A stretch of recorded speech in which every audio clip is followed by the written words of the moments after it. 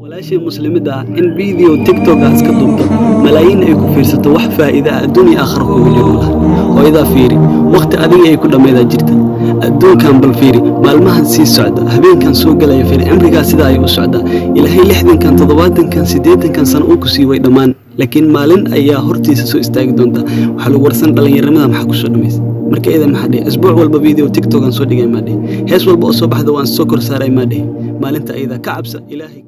walaashii muslimada ah in video TikTok ah iska duubto malaayiin ay ku fiirsato wax faa'iido ah adduunka aakhirka ugu jiro hooyada fiiri waqti adiga ay ku dhameeyda jirta